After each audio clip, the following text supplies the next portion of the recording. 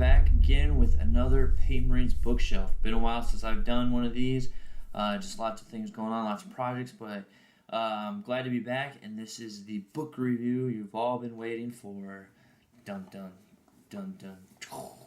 Carcharodons, The Outer Dark, the sequel to The Red Tithe by Robbie MacNiven. So I'm very excited to dive into this, and we will in just a second, but first some housekeeping rules, or just housekeeping, I guess, not rules, but housekeeping in general. Spoiler alert, big spoiler alerts. I took a lot of notes. I actually, each chapter as I was reading, I had like my little notepad here with all my little side just things to keep, kind of just keep track of to bring up later. So big spoiler alert for the book and for the Carcharodons lore in general. Although, again, I'm going to be making a lot of predictions, things like that, and a few things that Forge World themselves kind of came out and said and confirmed, but at the same time, you can take what they say online on one hand, and then what shows up in the books later as actual canon, and kind of go back and forth with that. So, just like I said, fair warning on all of that. And, so let's dive right in. So, first of all, another must-read, excellent book, loved it. As many have seen, I have a Carcharodon army, and just the fact that, they're finally getting some lore, to me, it's kind of both a blessing and a curse, because one of the fun things about the chapter is, there was such little information on them. However, you crave that info. Oh, sorry, let me reverse again real quick, because I'm looking at myself. The t-shirt, I know I'll get a lot of comments about the t-shirt. I had a hoodie as well before. So I've actually had this for at least 6 months, if not longer. I had ordered it. It had popped up on some news feed at some point or whatever, like an advertisement thing or something. It was on, I don't know if it was Spreadshirt or Zazzle or one of those things. Somebody had made these and had them up for sale, and then so I ordered them, and now they're since gone. So I don't know if they were hit with hey, you know what, you don't technically own this image, so you can't sell t-shirts, or I don't know, but it's disappeared. So unfortunately, sorry for all those that are going to ask, where'd you get the shirt? Can I get one? I want a shirt. I don't know where to find them now. I haven't seen any. I've seen one person in the Facebook Carcharodons Facebook group posted kind of a similar kind of design, but it's different enough that it's not really Games Workshop's IP or anything. So again, unfortunately, I don't know where you can find a shirt with the exact logo on it. So again, so sorry. So going back, like I said, it's nice that they're finally getting lore, but it's also kind of you still want that mystery. Now, to dive into the origins of them, as I had posted before on the Paintmarine Facebook page, a screenshot of a comment that was made by Forge World when somebody asked, hey, so we have these chapters that you guys, came out with that don't have chapter tactics. What do we do? Are you going to come out with chapter tactics? Well, they never really said if they're coming out with chapter tactics yet for the Badab War chapters that they have. Everybody's hoping that they will still, but still no word on that. And we're coming up on a year of 8th edition, so so we'll see. But anyway, they responded that you can use the chapter's founding chapter, because most of them are successor chapters. And they use the Carcharodons as an example. They said for them, you can use them as Raven Guard successors, since they're Raven Guard founding. Which, when that came out, I was like, whoa, did you just, I know a lot of people have speculated, because in the Badab War campaign books, it says, and I think in one of the RPG, Death Watch books, they said there's a blurb or something in there too, but it was all very speculative and still kind of open-ended. And then they later came and also said in that same thing, but then if you have somebody like the Minotaurs, whose founding is unknown, you can just pick whatever chapter tactics you want and use whatever you think fits them the best. So anyway, that was kind of frustrating, kind of upsetting in a way. because it seemed like they confirmed, yep, they're Raven Guard. Now, jumping ahead before we get into the meat and potatoes of the book review here, it's still, I'll say Robbie hasn't quite pinned them down necessarily, and has kind of left a lot of open-ended stuff. There's a lot that's heavily suggested that they are in fact Raven Guard founded outcasts, or whatever you want to say. But like I said, there's a few things that pop up every now and then that kind of still shed a little bit of shadow over the whole thing. It's like, well, maybe not. I think one thing can definitely be for certain is at the end of the day, they are a mixture at their current state. So if we fast forward to the current timeline, because I can't remember, Robbie said this takes place 100 and something years before Dark Imperium, something like that. But anyway, so if you go to current timeline, we could definitely probably say they're a mixture, just like I think the Minotaurs, they say, are was it chimeric or something like that, so they're a mixture gene seed. The reason why I say that is mostly because how they get their tithing, how they have to replenish their numbers. And in the Badab War, they take the Mantis Warriors. That was part of kind of the penance that the Mantis Warriors had to pay for their betrayal, is they had all their aspirants and recruits and things like that had to come over. Now, how does that work? Like, if you take, because they didn't take any actual like Space Marines, they're already Space Marines, but I think they took some of the scouts, because the scouts haven't fully gotten all their implants and all that kind of thing, so they're still kind of in transition.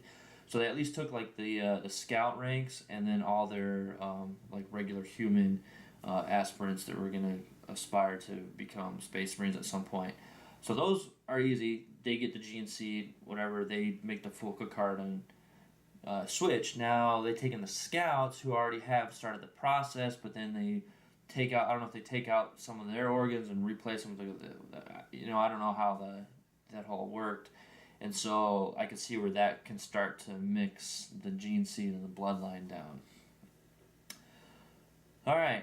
So, all that being said, I guess I think current state is they're like a mixture, but at the end of the day, like, what is their founding, like their beginning origins? Strongly suggested Raven Guard, but still kind of open-ended. If you want to go by what Forge World says on that Facebook post, and this was October? I feel like it was back in October they said this. And I could find it if you look on my Facebook page, click on just the photos, and I believe it's on the timeline of the album, you'll find it there. Yeah, so you could go with that, or you can kind of make your own conclusions. I'm still hoping that they're not, just because that just seems too blah to me. Like, I really, like, my perfect scenario for them is their second legion, one of the Lost Legions. I'm trying to remember what the other one was. At 12? I don't remember. I think it was second at 12. I know a lot of people said one of the Lost Legions was the Rainbow Warriors, and then they don't know that. But again, none of that is confirmed either. But I really want them to be one of the Lost Legions. I just think it would be awesome, because on top of it, now think about it, we have a Lost Primarch who is heavily shark based. That sounds amazing. Like, I would love for all of a sudden, you know what? Here's a Lost Legion. The Forgotten One is their Primarch. Here he is. Forge World comes out with a freaking awesome looking, like, Primarch shark-esque. Yeah, I don't know. That just seems really sweet. So that's kind of like my hopes and dreams. Like, if I could pick any origin for the Carcharodons, it would be that. And there's a few things, again, like I said, that kind of reflect either that they could possibly be a Lost Legion, or that they were Raven Guard since the beginning. Alright, so bear with me here. Like I said, I'm just going to kind of go through my notes of each chapter. So I'll read kind of some of the things I have, and then I'll kind of recap, bring it together so it makes more sense. Because like I said, this is just me jotting things down as I was reading. And at the end, we'll kind of bring it all together again and kind of make my final thoughts on it all. All right, so starting off in chapter 1, and it seems as far as the timeline goes, it's 10 years past Red Tithe, and 6 years since the short story Death Warrant that Robbie had written. So starting on chapter 1, they're on I can't remember the name of the world. It's a death world or a dead world. And they have a meetup with the Adeptus Mechanicus. They have like this ancient pact, basically. They go out, they do things in the outer dark, and as they find relics and other things of interest, to the Mechanicus, they bring it back, and this ancient pact with this one sect of the Mechanicus come, and they basically trade. Like, here's these artifacts, here's these things to help you guys out, and then the Mechanicus drops off land raiders, armor, weapons, like all the things that they need to replenish their equipment, and they call that a gray tithe. And in this beginning, the librarian Cowrie is also the main character from Red Tide, or not the main, the boy that they're after, the psychic adept boy that they're trying to find in was it Zartak, I think, was the mining prison planet that the Night Lords were after, and the Carcharodons after as well, because it's really hard for them to replenish their librarium with librarians, because it's just so hard to find psychically adept people that will survive the process. So anyway, he is now, his void name is now Cowrie, and he's like in a cave, and they see like some cave drawings on the wall, and there's like an ancient beast of some kind from Earth, I guess. They don't really describe it other than just this crazy looking beast of myth, and they talk how it's how do you say his name? I'll just call him the Pale Nomad. It's T. Kahurangi, I believe is how you say it. But the Pale Nomad, the chief librarian of the Carcharodons, comes in and says, we're not so dissimilar from the beast of our past, and then they talk about basically how Cowrie knows the origins of them. They don't hide their origins from each other. Once you're a part of the Carcharodons, it's no secret where they come from, their past, the things that haunt them, the things that, they're like their fury, their rage that they can get into, and they let their whole instincts take over, and they kind of get that blood fury, that bloodlust going. But that's about it. They don't mention what the creature is or the monster or whatever. They just talk about it. So the origins briefly mentioned about carvings of the beast of Terran legend being connected to the chapter. Then I have the Pale Nomad staff tipped with a green stone. The reason why I wrote that down is it was said in the Red Tide that it has a green stone, but I'd have to look through again. I could have swore in there it had that the staff had like a shark moss, like a shark jaw at the top, and then in the center was a green stone kind of floating, like suspended in the air there. I may have completely misread that, but then when I did my version of the Pale Nomad, as far as when I made my model, I kind of adopted that kind of thing and took, there's a model from the fantasy line, the Death, were they Mortriarchs or something, and they had like a kind of a stone that's suspended within like a bone circle thing, which I was like, that's close enough, I'll use that. So anyway, so then I saw that and I was like, well, maybe I could make an updated version or something, or just whatever. But anyway, I just thought that was interesting. So it just sounds like it's like, at least in this one, he just has a green stone on the end of his. It's still a bone staff though. All right, and then the first appearance, they have the Red Wake. Tiberius shows up, and the way he's described, he's just massive, sounds ancient but almost frail when he speaks. But it's very deceptive of his power and just him in general. And he just sounds awesome. Like, I mean, when he first comes into the scene or the chat or whatever, what you're reading, the paragraph, and I'm just like, yes, Red Wake. Like, you just get really excited for it. The Reaper Prime returns, Baal Shar, and he's given a new mission by the Red Wake to go and invoke the ancient pact with the Ashen Claws. Now, the Ashen Claws are a renegade chapter of Space Marines whose origins are 100% known as Raven Guard. So that pretty much wraps up Chapter 1. So then we go into chapter 2, and it introduces you to an Inquisition team. Now, before I get into this chapter, I'll say one thing. There's just I don't know, not a force, a reality of reading books in general is obviously like authors will have different storylines happening and different kind of like groups of characters. So you'll follow this group of characters for a while, and then you follow this storyline, and then at some point they kind of all coalesce into the main story, which I totally understand and totally get. However, as a Carcharodons fan, and just like I just want to I want to live with them. I don't want to be a serf. I want to be a space marine because their surf life sucks. But I just wanted to be I was like, oh no, go back. I want to go back. Like, what's happening? Like, I want to stay with them the whole time. I want to follow them through the whole story. Which obviously, like, there's so many layers to the story going on. It's good to get into these other aspects. But as I'm reading, I couldn't read the other sections fast enough because I want to get back to the Carcharodons and get back to those characters and get back to what was happening, because I just found that the most interesting in general to me. So I just couldn't wait to get back. So anyway, not that to say that these other characters and the other storylines weren't as interesting and as important to the overall story. It's just, I have kind of a bias there. Alright, sorry. Let's see, chapter 2, so the Inquisition team. They have an Inquisitor. Ugh, good luck. I don't know his name. Well, I know his name. I just not sure the pronunciation. It was, I want to say, Zogwu is how I was pronouncing it, because it was like NZOGWU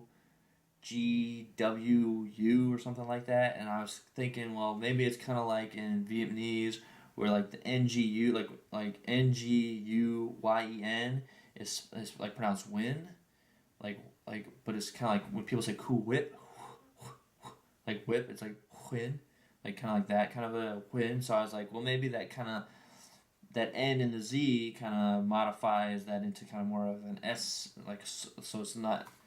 I don't know. I was really overthinking it or something maybe, but anyway. So you have the Inquisitor, and then he's got his team. There's a Crusader. Shoot, I can't remember. I didn't write all the names down. But the main characters is basically him, and then Rannick, who is Arbity. That's what are they called? The police. The ones that look like Judge Dredd. Arbiter. I think is Arbiter or Arbiter's from Halo. Anyway, sorry, I keep getting derailed here. So, she was, and I honestly I don't 100% remember her character in the first book, but she's in the first one. She was the only survivor of Zartag, and she since then made it her mission to find the Carcharodons and hold them responsible for the slaughter and taking everybody prisoner and taking them away. And she takes these rumors and these things, and she basically approaches. I don't know how she gets involved with the Inquisitor, but they approach, or she somehow gets connected with the Inquisitor and tells them stories. So they kind of make this mission that they're going to hold this, what they assume are renegade space marines accountable for their actions. Which, if anybody knows anything about the Carcharodons, is like, yeah, good luck trying to hold them accountable. Anyway, so she was the only survivor of the prison, and it starts. They're on a planet. Again, forgive me for this, but I don't remember the planets. And there's there's kind of like a public execution, burning of a heretic, and they're kind of witnessing it. And she's kind of seeing a lot of key figures and stuff like that in the hierarchy of the Inquisition and things. There's like battle sisters there watching. Just people from all different walks of the Imperium watching the heretics burn type of thing. And anyway, her Inquisition, they had, and I kind of skipped a lot of this too. They were tracking down, so they first, I really messed this up. Sorry, so the beginning of the chapter starts, they're on a planet and they're hunting down this kingpin crime lord who's in a high up position. They're trying to connect them anyway, and there's assassins get sent to try to kill them. and they run away, and like all that kind of happens. The reason why I mentioned that is like I didn't mention that because it was kind of really just that's the only time it really mattered was in that part of the chapter, and then later they're at this other scene, and then she gets reassigned basically. She gets upset because she wants to finish finding the connection between like this crime lord or whatever, but the Inquisitor reassigns her to the cemetery world. I didn't write the name down, but it's basically a whole world that's a giant cemetery to honor the Imperium's martyred dead. He reassigns her there. She's upset about it at first, and then he explains there's been a sighting of possible Carcharodon. I don't know how to explain, like possible sighting, I guess, of involvement of some kind. They really don't explain at that point like what exactly kind of information is there, but that's why she's getting sent there. So she's like, okay, I'll go. Then we go back and go back to the Carcharodons. We found Kari is meditating down by the Ancients, the 3 Contemptor Dreadnoughts that the Third Company has. And while he's down there, he starts to kind of remember things from his past that normally during the process of becoming a Carcharodon they kind of forget or get kind of beat out of them. Anyway, he starts to kind of remember some things. He starts hearing a voice saying Micah, Doran, Skel, which are different characters that were in the planet with him, or the prison with him. And then, yeah, so, I mean, that's kind of like, so, he's being tormented by something, or something is trying to contact or torment him. And then we go to Baal Shar, who goes up, I think he goes to their chapel, or whatever, on the ship. And, while he's there, the Pale Nomad kind of, talks with him, and basically tells him, like, on our trip to the Ashen Claws, you need to keep your cool. Don't do anything because he's going to try to provoke you. Because in the past, I guess they had invoked this ancient pact with them before, with the previous Third Company's captain, and it ended in bloodshed. Like, they started fighting or whatever. So he's just saying, don't let him trick you into fighting. And then after he leaves, then he has a conversation, or Baal Shar has a conversation with Koro, who is the Red Brethren Terminator that's been assigned to him, and he's basically like, hey, don't go crazy, obey my orders, because the last time that you guys were attached, you guys, they all died because your buddy didn't listen to me when I was telling him to. So, yeah, so that's kind of that chapter. So, chapter 3, we have the Carcharodons show up to the Ashen Claws. They have like this fractured worlds. They're living in kind of like this Alderaan-esque broken planets and stuff. I think they call it Astragarus or something like that. So they meet with the Ashen Claws, and when they first get approached by like their capital ship, what was it called, like the White Claw or something like that. Anyway, they get a Vox communication that says, "Are you lost, little predators?" And immediately I'm pissed. I'm like, you don't talk to them like that. Like, how dare, like, show a little, put a little respect in it. That meme going around. But anyway, so then he's like, I asked you a question, mongrel. I'm just like, oh, I hate these guys. Anyway, so they get approval. They go through this whole process where basically only the one ship is allowed. Well, they have to anchor and they take a Thunderhawk. Anyway, they're allowed in. And the whole time they're being just kind of treated pretty disrespectful for the most part, because they're trying to incite them to get angry. Like, part of the insult is like when the escort comes out to greet them, to escort them in, it's like one Space Marine and then some like human allies that they have that are escorting them And basically, that's an insult because they're saying like you're not important enough and not a threat of enough for us to send more of our own Space Marines down to escort you in. So, anyway, very interesting. And while they're going in, the Pale Nomad decides to kind of break off with Cowrie, and they go to visit the Ashen Claws librarian, Arthane, I believe, and he greets him. Arthane greets the Pale Nomad. Welcome home, brother. So that had a lot of implications right there. So again, you could always say like, well, Space Marines are all technically brothers, so they could always like that's something how they could, interact or not interact, but greet each other, how they just whatever, which is true, I suppose, and they obviously seem to have a history where they're more friendly than the rest of Ashen Claws are. But yeah, I don't know. So to me, I was like, so is it saying brother just because he's being nice and they're friends from the past, or is he saying brother like as in like maybe the Pale Nomad himself was part of a pact at some point from the Ashen Claws and came over to the Carcharodons and wasn't always with the Carcharodons. I don't know. Maybe. All right. Chapter 4, we go back to the Inquisition team, or at least Rannick, who is now on the cemetery world, and I have the name here, Hypastis, or Hypasitis. Yeah, Hypasitis, or something like that.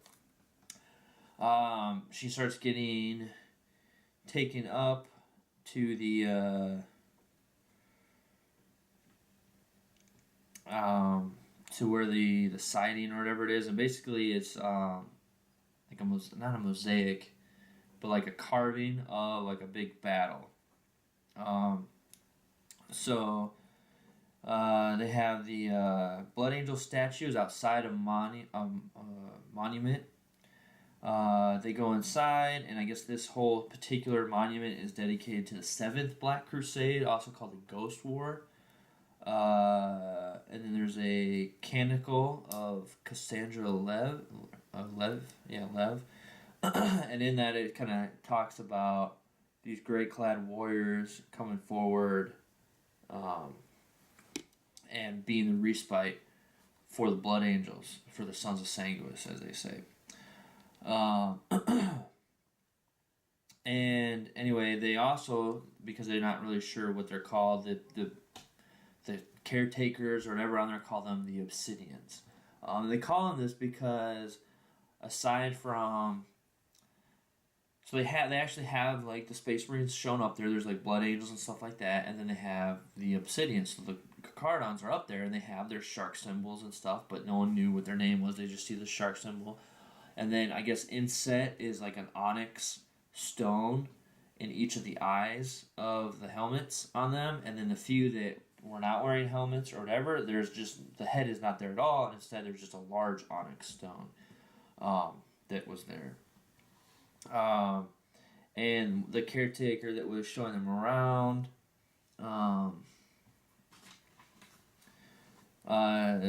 said that not even the Sons of Sanguinis had witnessed such bloodshed before, or so the ancient account tells us. So when we think about that, the Blood Angels who have the Red Thirst, and they're saying that the Carcharodons showed up and fought with such ferocity they hadn't even seen it. Like that made them take a step back. Like that says something about the Carcharodons right there.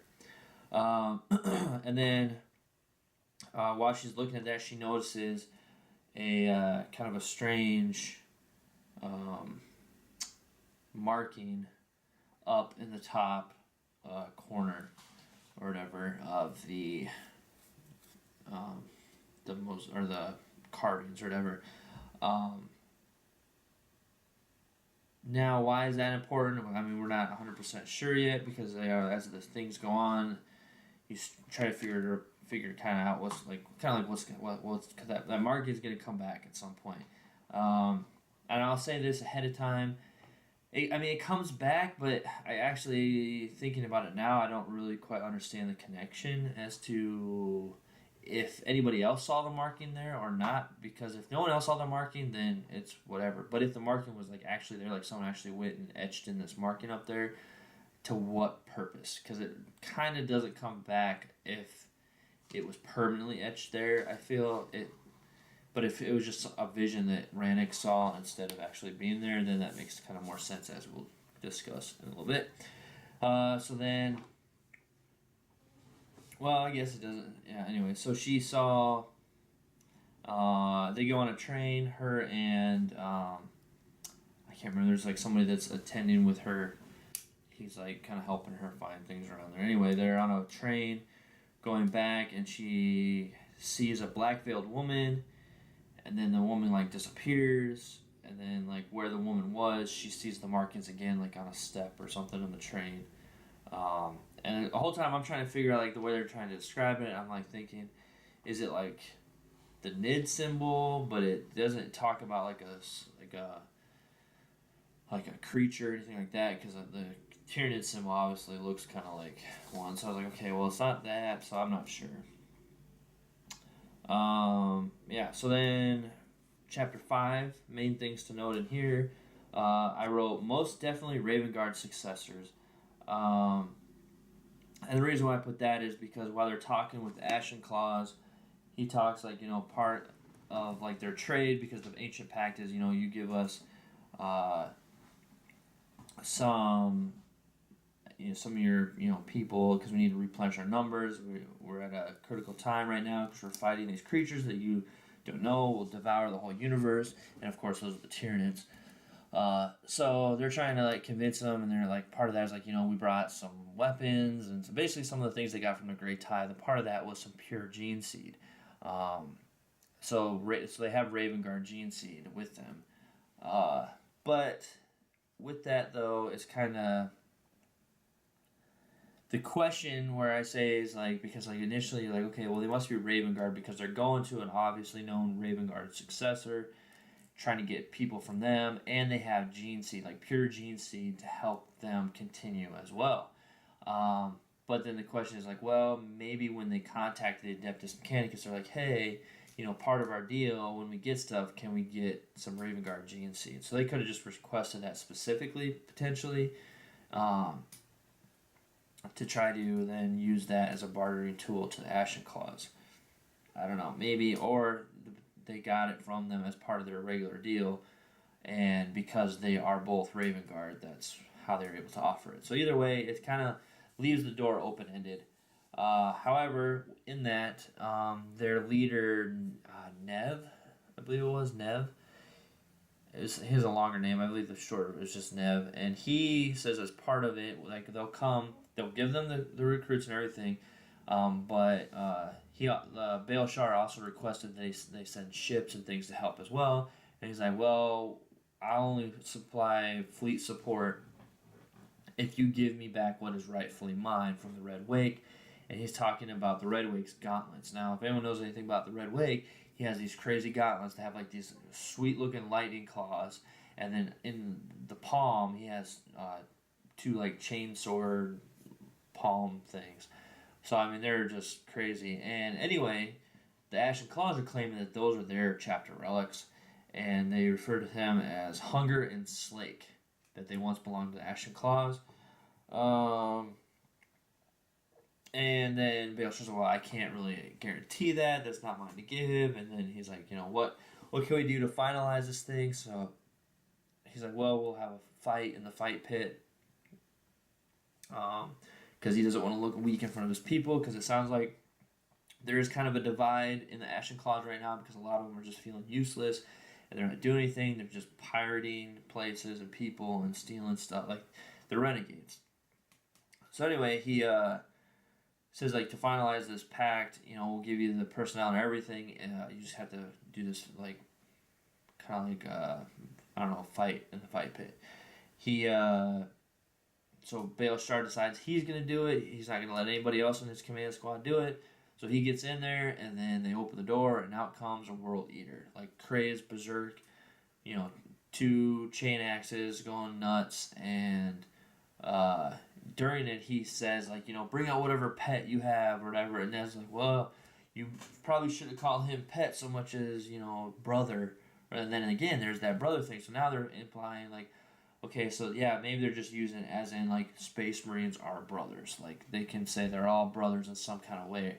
Or then I saw someone posted somewhere like, oh, maybe he's implying that at least Bale Shar could possibly be a descendant of the World Eaters because they get that crazed berserk thing too.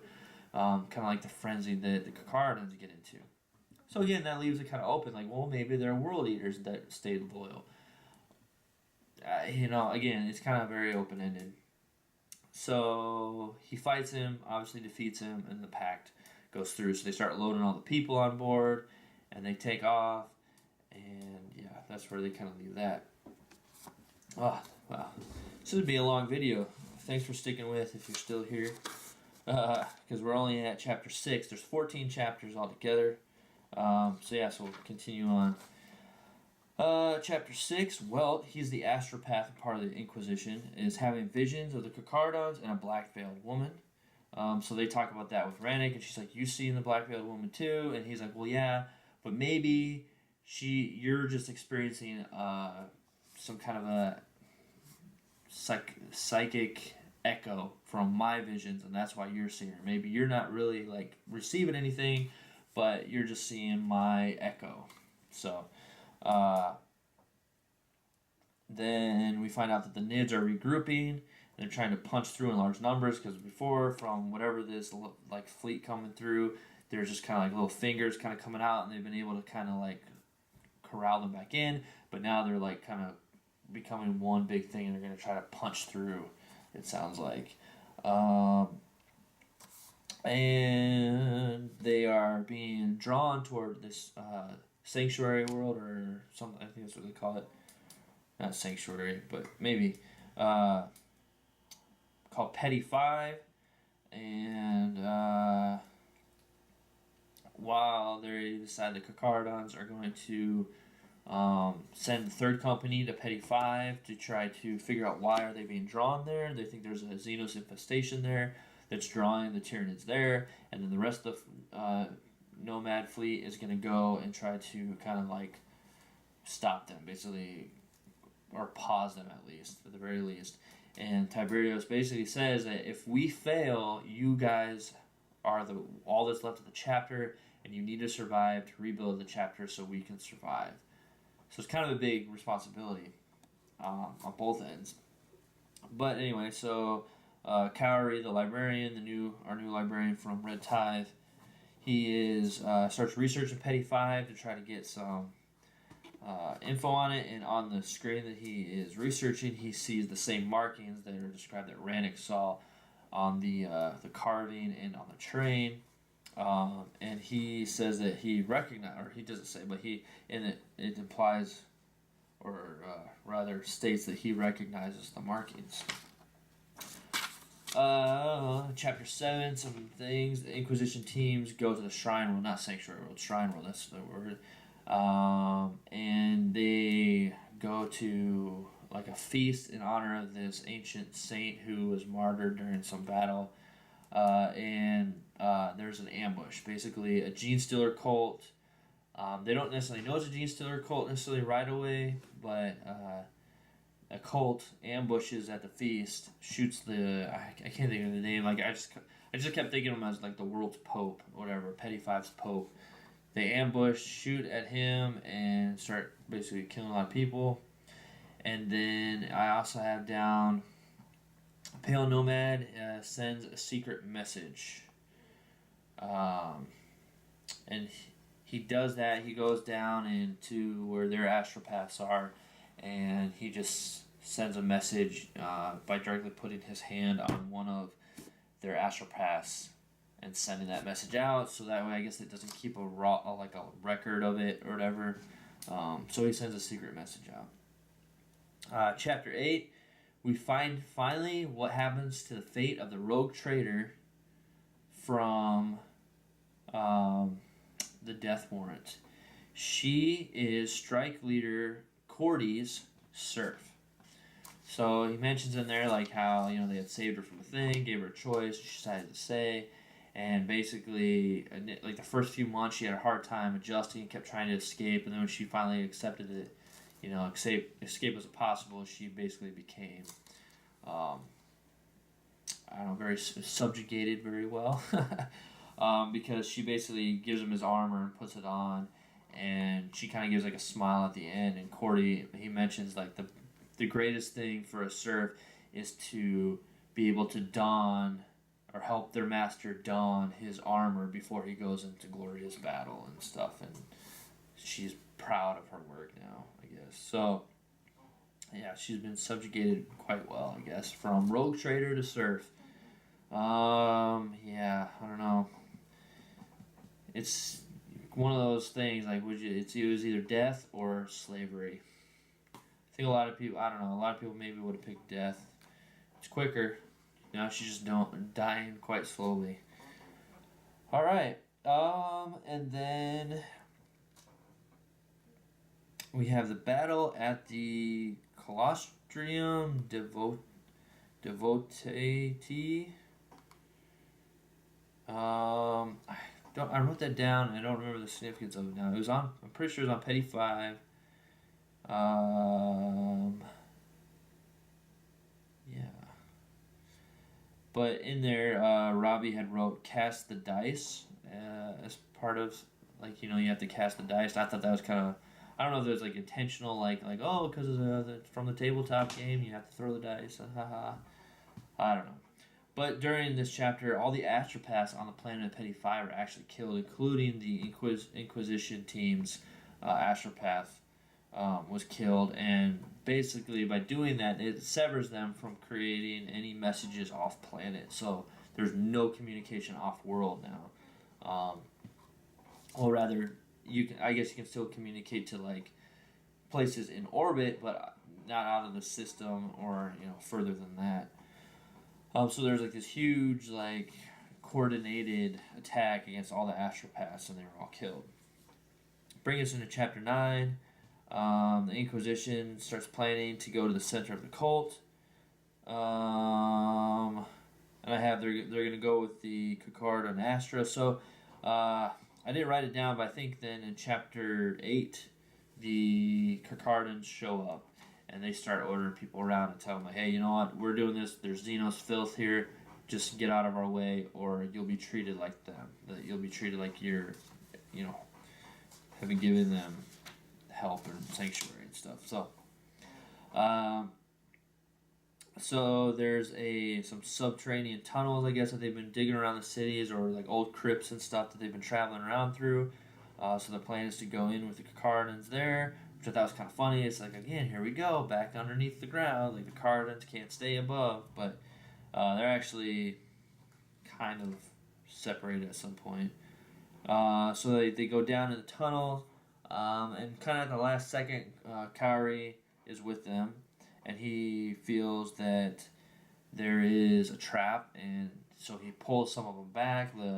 Pulls Rannick back, and Damar, who is part of the Inquisition team, and the other Carcharodons have mostly escaped, but one is trapped kind of in the tunnel exit, and then the explosion happens, and that Carcharodon was killed. But now they're separated. So you have Kaori, Rannick, and Damar in the tunnels, and then everybody else is out there. And then, of course, then at some point they get ambushed by some pure strand gene stealers, and Damar is effectively killed. He isn't necessarily killed at that point, but effectively he gets killed. So yeah. Then we go back out to the space battle. The Tyranids are starting to approach the Nomad fleet out where they are. I mean, they're farther away from Petty 5, but wherever their coordinates are, they're being approached. And then we find out that the Red Brethren have their own battle barge named Annihilation. So we have the capital ship of the Carcharodons, the Nakor. And then you have the Annihilation, is the battle barge of the Red Brethren. And the second company, I don't even know, Scylla, I don't know, Scyla, Scylla, I guess, I'm not sure.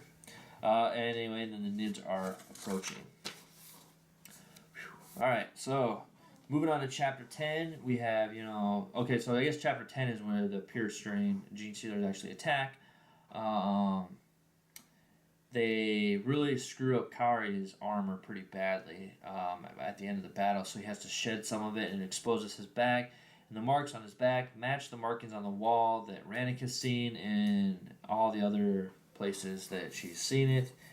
And he mentions that it is a marking of the arch enemy, the ancient enemy, so the demons, the chaos, like all that. And he also mentions that he has seen the Black Veiled Woman, and he knows Rannick has seen her as well. And so they scoop up Damar, and they try to escape to Bastion 17 TAC 2, which is an Arbites, like police station, or you want to say, like Bastion. So they go there, and while they're there, the Black Veiled Woman appears outside in a crowd, and kind of just everything gets quiet, and the cultists and everybody like kind of separate, and because there's so riots are happening all around the planet. I didn't mention that in my notes, but as you read, pretty much about the time the Carcharodons show up, they close down all the shrines and everything like that, because their whole thing is they want to incite kind of some riots and things to try to get the cult to come out in the open. Anyway, so there's riots all across the planet. Then you find out that the infestation is actually really bad. Like there's actually a lot of mutated, different types of the gene stealer type people with extra arms and all these different deformities and changes and stuff. Anyway, so Black Veiled Woman appears outside in the crowd, and then about half of the Arbites that are there are actually part of the cult or somehow influenced or whatever, because all of a sudden they start turning on each other and everybody starts killing everybody, and at the end of the time everybody's killed, including Damar, who they take to the Medicaid. But while he's in there, he gets killed because one of the two guards that take him there was a cult guy. So he kills the other guard and then just kills Damar. So then at the end, it's only Cowrie, Rannick, and the sub-warden of that bastion, who is another female sub-warden like Rannick. But she's not a traitor or part of the cult. Anyway, then the cult starts breaking in, and they start to escape up to the roof because they have extract coming. Well, but then the sub-warden of Bastion 17-2 decides to stay behind to cover them, because if she doesn't, they won't all escape, and so she stays behind. She gets basically killed by the cultists out there. And then we have the beginning of the Battle of Absolution Square, which is kind of like the main square by the main shrine palace or whatever, where everything kind of kicked off. And now chapter 11. We find out the Inquisitor retinue all dead. They were killed. The Pope dude shows up, and come to find out, he was wearing a flak vest underneath, and it was all he was all in on it too. So the assassination attempt on him during that feast was all fake. There was all So so they come in to the Inquisition, their little makeshift command quarters room. And they're all like, "What are you guys doing here? We need to go, whatever." And at some point, I before I get too far into this, the Inquisitor actually leaves because he gets called by the planet's forces commander, Brand, to come to this other location, because he feels with him, the militarum, whatever general or whatever he was, and then the Inquisition, and there's one other person that he said was there, he's with us three there with all these three different arms of Terra, they should all stop rioting and turn around and realize whatever. So he goes, okay, I'll go there. So then the rest of his team is left behind, and then that Pope dude shows up with his own little kind of bodyguards or whatever, and then behind them are pure strain gene stealers come walking into the room, and then they realize, oh crap, and they try to, but then they get shredded to pieces. Crash landing. So after the extraction is made by Kari and Rannick, their aircraft they're on takes a hit, and they go down and they crash, but luckily they both survive, and Kari makes a statement to Rannick about man, you're a hard one to kill. And then we go back to the space battle between the Nids and the fleet. The Nakor is about to be boarded. There's this giant, I don't know how to explain it, but the way it's kind of described like this, obviously big weird creature thing with tentacles. I'm thinking of like a giant squid looking thing just coming at them, trying to latch on to the Nakor. And while it's doing that, it has like this great maw in the middle with all these teeth and things, and at the same time it's shooting out these other spine things. And they're trying to shoot these little boarding pods out of the sky. But and yeah, they one of them attaches on some point, and then the Red Wake is like, "Come on, Pale Nomad, you're with me. Let's go take care of this." So then they leave. Let's see, Black Veiled Woman. Right. Okay, so down in the crypts, so they crash and they're back like they can't go above. They're like, well, we have to try to get to the Absolution Square, but we can't really get there above ground because there's too much. So we have to go back underground in the crypts to get there. So they go back under. The Black Veiled Woman appears to them, and then obviously come to find out it's a warp demon that's been bound to Kari, and at the same time tyrannic. And they have like they're about to have their battle.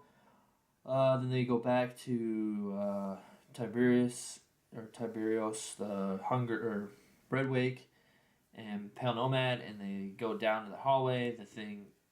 The boarding thing, has hit, starts eating through the hole, and then out comes a Tyranid warrior, and it says, Hunger and Slake awaken. Like, so he, and just goes charging at the warrior, and it's a pretty awesome scene to read, which I think is in chapter 12 actually. But yeah, so that's how they end chapter 11, is like the Hunger and Slake awaken. So yeah, chapter 12, the battle in Absolution Square starts to kick off. Like all the cultists with their weapons and their makeshift vehicles and things just start attacking.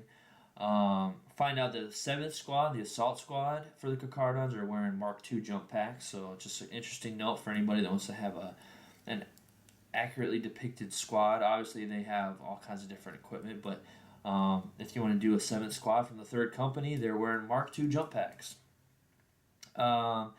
And excuse me, during part of the attack to make room for the jump packs to get in attack range, because they're going to go after the Magus, and who it ends up being that General Brand is like the Genestealer Cult Magus or whatever. There's like a few other leaders and stuff up there, so they're figuring like, let's kill these leaders, and then the only one we have left to worry about is the Patriarch. And once we kill him, her, whatever that is, Z, I guess. I don't know. I'm not going to get too much into gender studies with Tyranids, but I guess they would be specifically, I guess we could call them Z, right? But to kill it, they figure they'll cut off those, and then they kill the Patriarch, and then that should help, hopefully, curtail things. But anyway, so they kind of punch out. Part of the tactical squad punches out in a wedge formation, and then they start to fall back after they start kind of getting too close and losing people, and they call it harvester pattern withdrawal, which is basically they all take off a grenade, toss it, and then use the grenade basically to cover them as they're falling back, which I thought was kind of cool. I just can imagine 10 tactical Marines on a line, kind of like on a wedge line, and then like harvester pattern withdrawal. All of them, clink, clink, clink. You have 10 grenades, and they just fall back, and kind of periodically shoot some bolter fire back there, but it gives them a good covering. So yeah, I thought it was pretty interesting. Yeah, so part of it, and there's another part in here too. I'll have to do more research on these. Now, they mention an alien race, where they call the Quarrel or something like that. It's Q''URL, and they describe them making a chittering sound similar to the Quarrel or whatever. So it's a race that the Carcharodons had fought before at some point. I just had never heard of them before, which anyway, I have to look that up. But I just found that interesting. And then we have the demon fight between Kari, and it's a pretty good fight, and eventually he banishes him, as we know, like with the demons and the warp and all that, like they're never really killed, they're more or less just banished until the next time they gain enough power or whatever, and then they come back. It's just this horrible thing that keeps coming back and back. So then, oh, I'm sorry, I kind of missed, let me back up. So I'm sorry, the 7th squad, the jump packs weren't after the, that command Magus and all that. They were actually, there was heavy weapons fire that they went and took care of. So there's some like heavy stubbers or something like that. They went up and took out the heavy weapons team. That's what that was. Because Koro, the Terminator, his strike team, actually killed Brant. They had at some point where the Magus and stuff on this balcony that they're watching from, when they first arrived, the Carcharodons, I guess they had placed a teleporter beacon or something up there, and which worked out perfect because now Shar called in the strike, so Koro strikes, and he just materialized him as Terminator Squad like on the balcony with them and just rip them to shreds.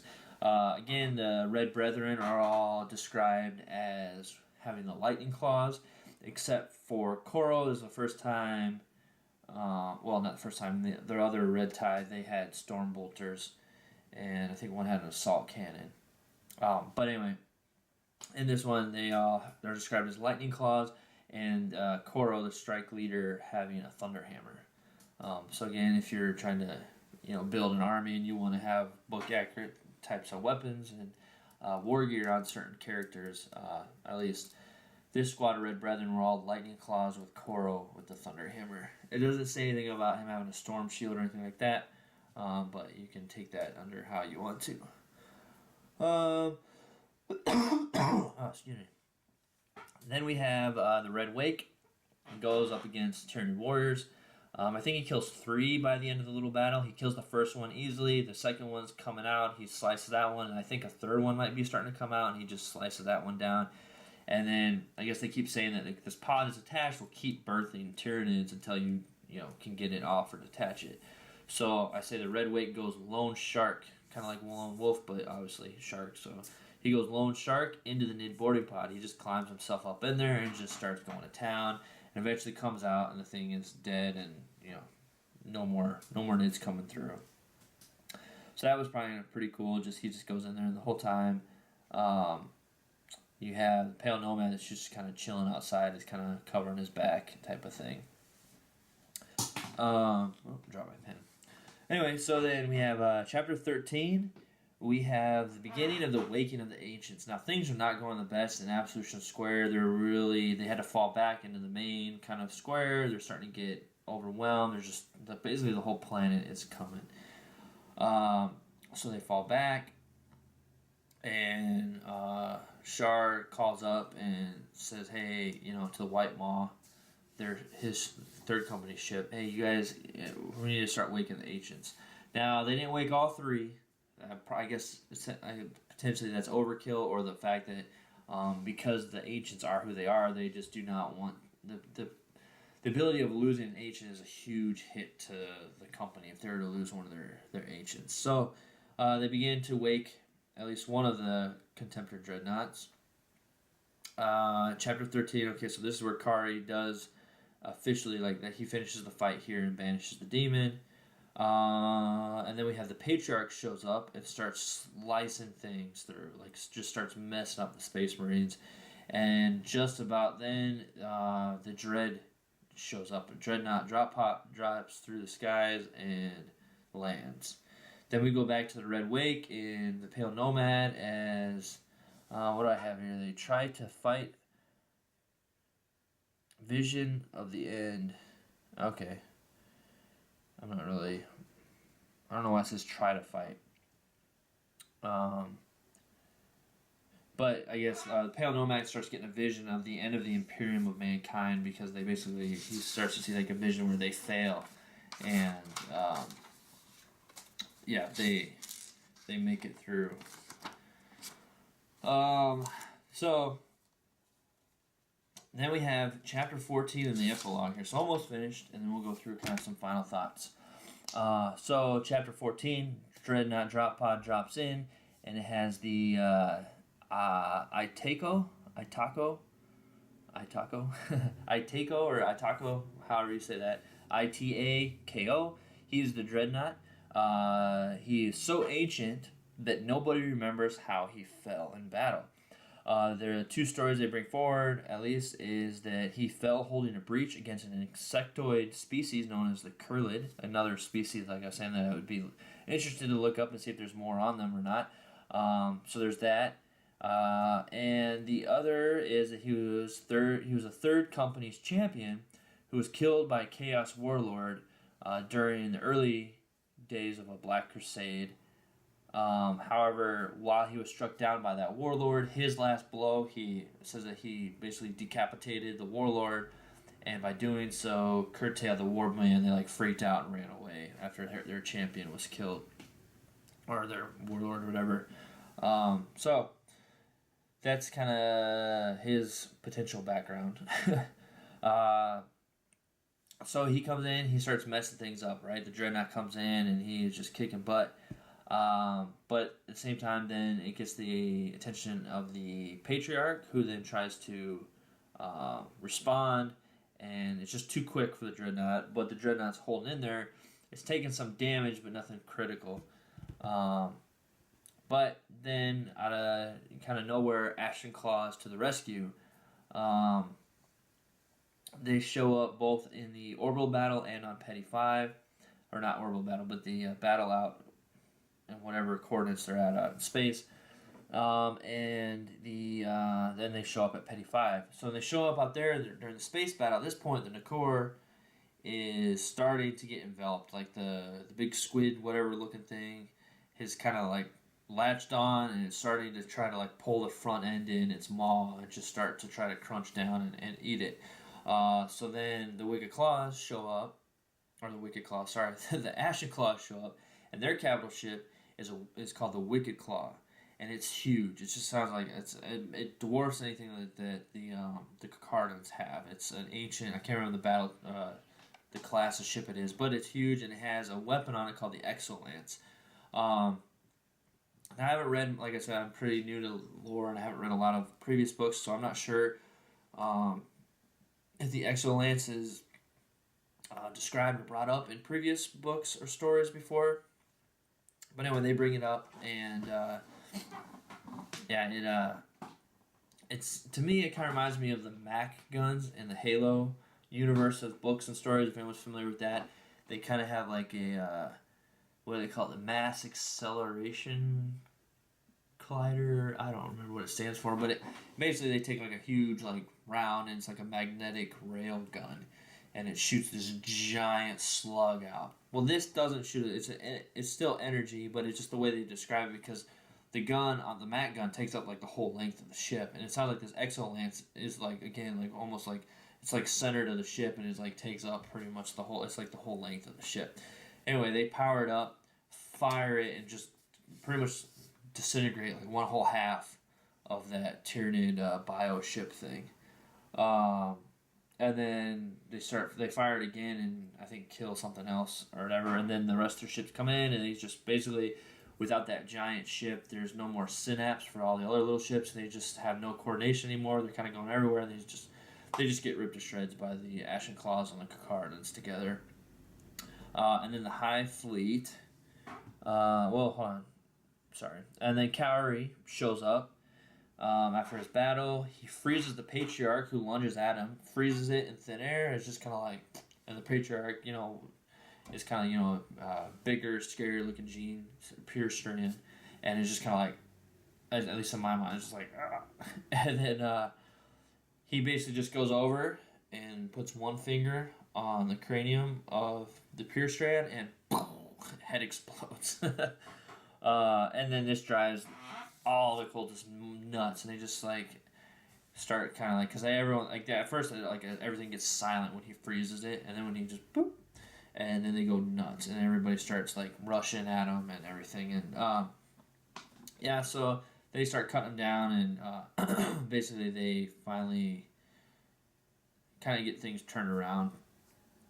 And once they do that, the Hive Fleet starts to pull away. They actually, so out in the space battle, they've pretty much killed a little splinter that was sent out to take care of them, and then the fleet, instead of like the Hive Fleet, instead of sending more, they just start to go back out into wherever.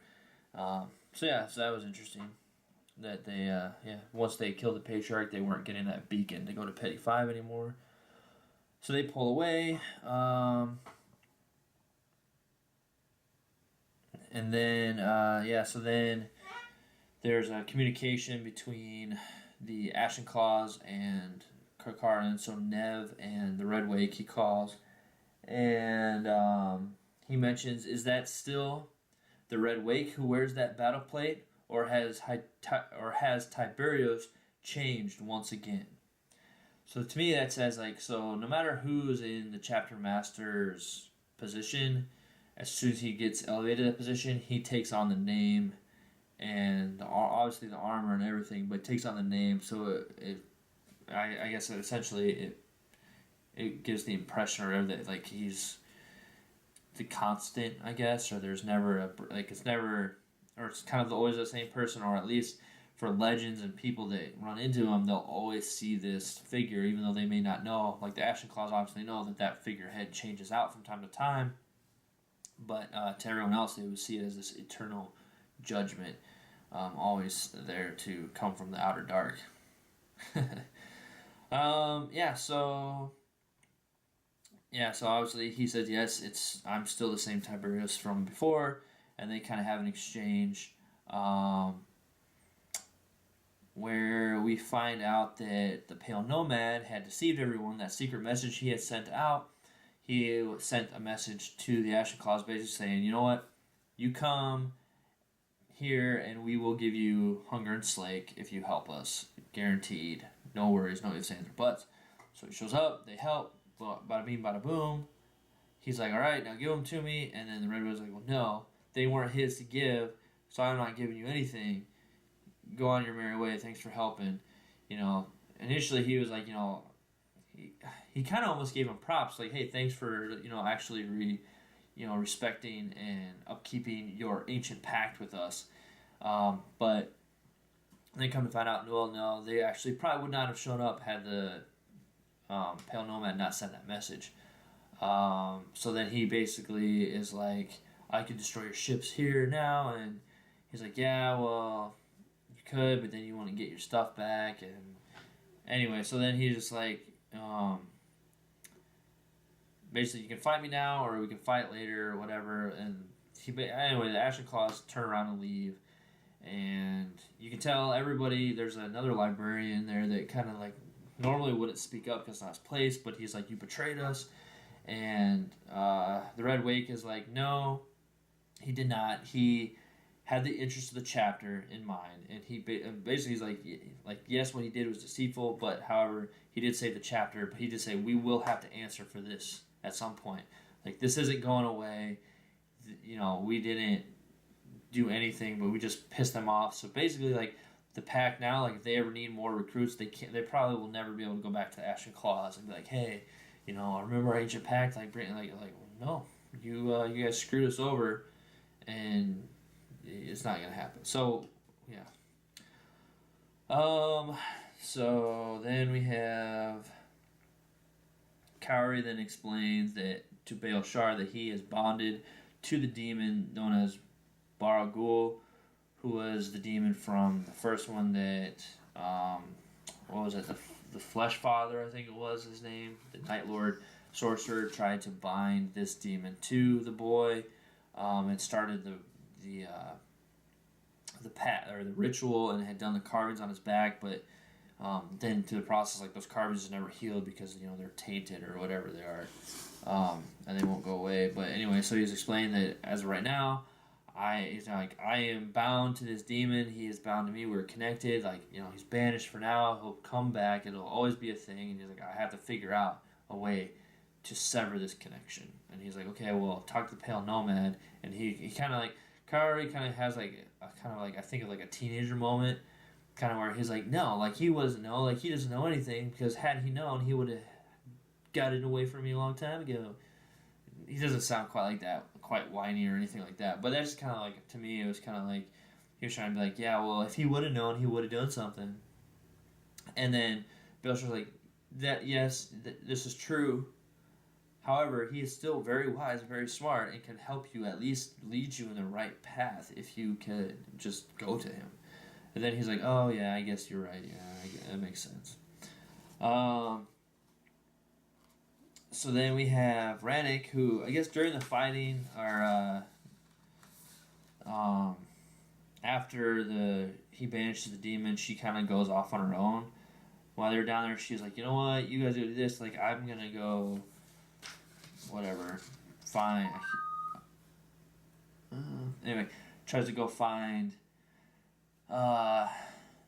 some helper or whatever, escape, and the librarian, Kara's like, okay, whatever, you go do your thing, whatever. So she goes, and she's basically trying to go find what happened to her Inquisitor, that she's part of, and she goes back and she finds him. He was basically betrayed when he went to that other place with Brand and all them. He gets executed because they're all part of the cult. And she finds his body, picks up his Inquisitor Rosette, and pushes some kind of beacon, and she waits for them to pick up. And she talks about, like, well, now she just has to wait to get picked up, and has to find, like, food and water and stuff until she gets picked up or whatever. And basically hide out, because there's still Ashen Claws kind of running around, kind of cleaning out the rest of the cult. But yeah, so that's kind of the end of that. Well, then the epilogue is the Imperium shows up, and they find her, and it's sort of like the Tempest Scion, or some Tempestus Scions start beating her, because they find her. They find all these dead bodies. She's the only survivor. They don't know anything about her. And she starts to get interrogated, and they finally verify her identity, because what it says, she gets interrogated, and then a man comes in that she had seen earlier at the burning of the heretic. He was described as a guy that had like burns on the side of his face and everything, and she had kind of spoke with him at some point, and when her identity was finally confirmed, then this man shows up. He comes in the interrogation room, and he's kind of like, okay, like, what's going on? And she tells him that she has much to tell him. So I feel like her quest or whatever to try to hold the Carcharodon Astra as, how do they call it, traitorous, excommunicatus, renegades, whatever, is still very much a motive of hers. She's still trying to do that.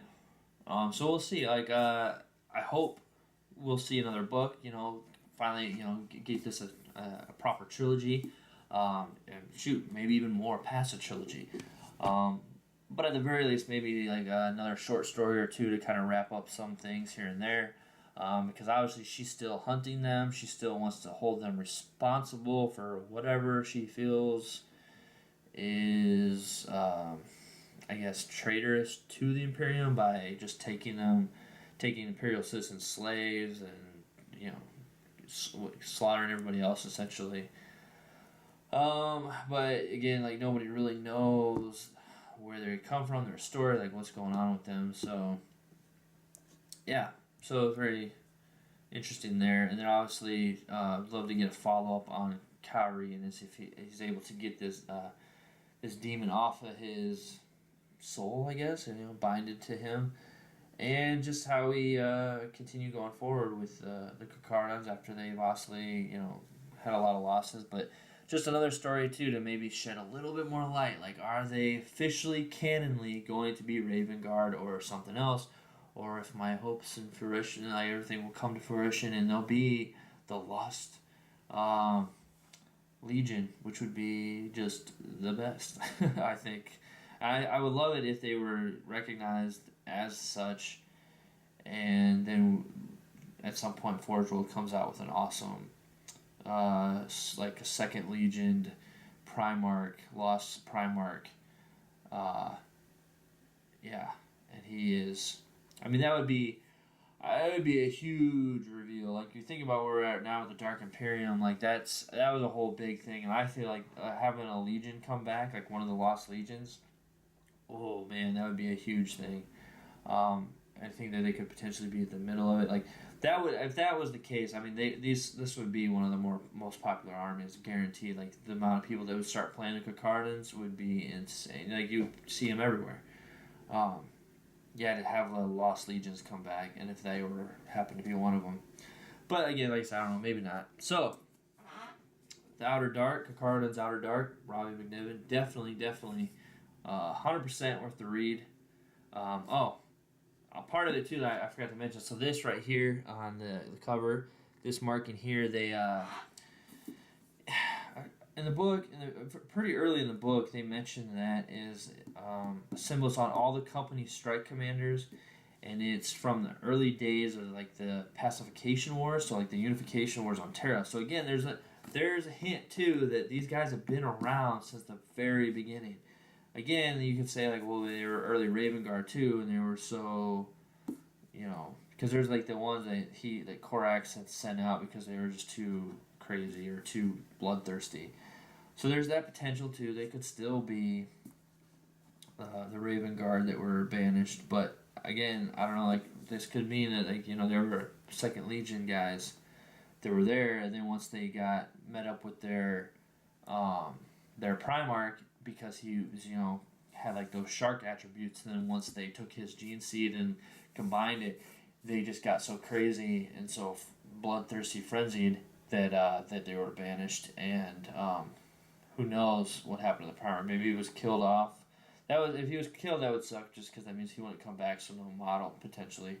But it would also, for the story wise, I could see maybe that's why he's the forgotten one.